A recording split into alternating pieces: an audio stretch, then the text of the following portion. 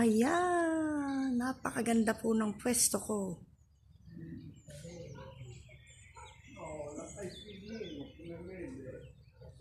Ayan po ang pwesto kong pinuntahan.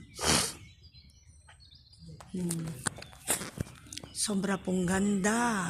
Yan. No? Ayan. Para po sa inyong lahat. Hanggang ngayon po, nagsa-cycling pa rin kami. Yun. At ito po yung pinuntahan namin. Tinulugan naming hotel dito po sa mountain. Yan. Napakahaba po. Yan. Napakahaba po niyan. Yan. Dito po kami nag-stay.